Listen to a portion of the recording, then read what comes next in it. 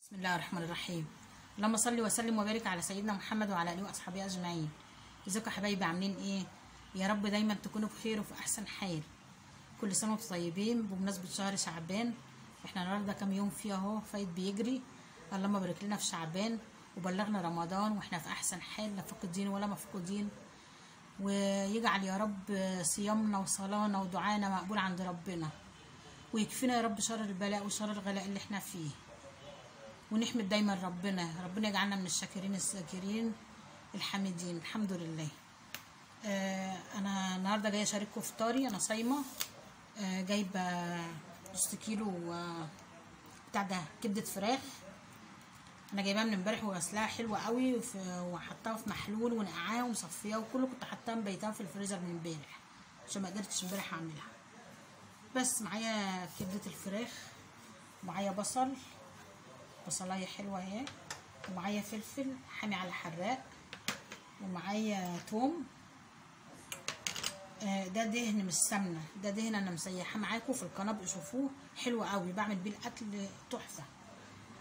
معايا بقى التوابل، ملح، فلفل اسود، شويه بلح جوز الطيب.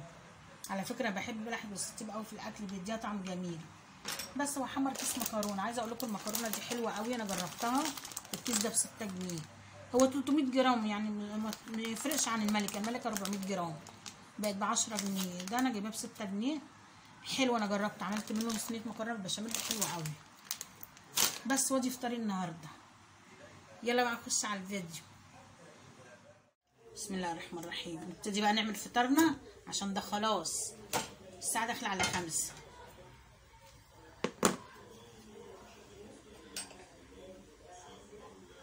بقول لكم دي دهنه مش سمنه، ريحتها تحفه وطعمها حلو وبتخلي الاكل جميل.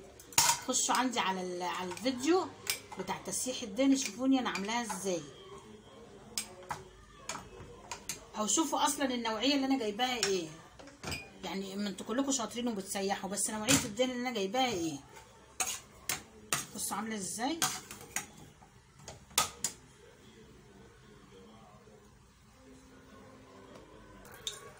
هنزل الاول بالبصلايه. بسم الله الرحمن الرحيم.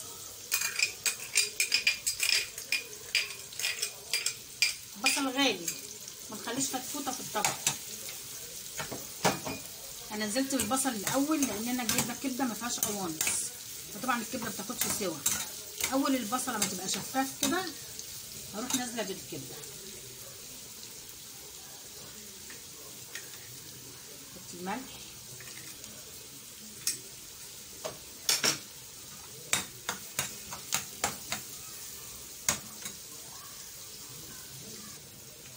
البصله يا دوبك اتدبلت كده احط الكبده. بصوا انا غسلاها زي الفل، مش منزله حتى ولا دم ولا ميه ولا اي حاجه.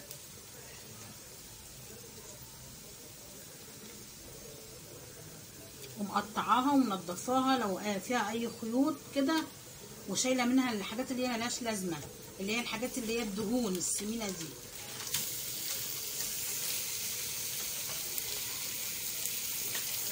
سبتها في المصفى لما اتصفت خالص.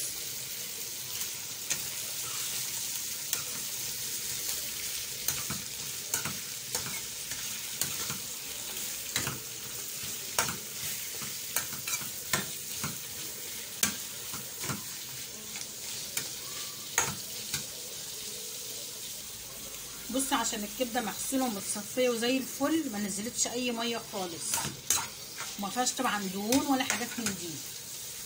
احط لها بقى الفلفل الاخضر والثوم اهو،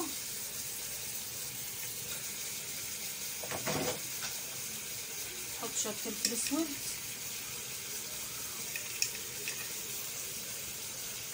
شويه بلح جوز الطيب. طبعا انا حاطه ملح في البصله. على عين تانية بقى حطيت معلقه سمنه ومعلقه زيت في حله واحمر المكرونه.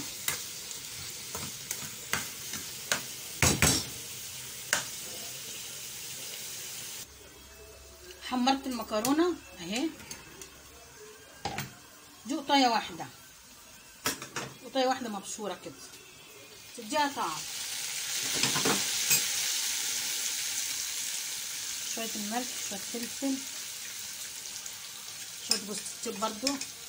اصل انا ما بحطش ماجي، معلش يعني اللي يحب الماجي يحطه، انا ما بحطوش، فبقول القطه بتدي طعم كده،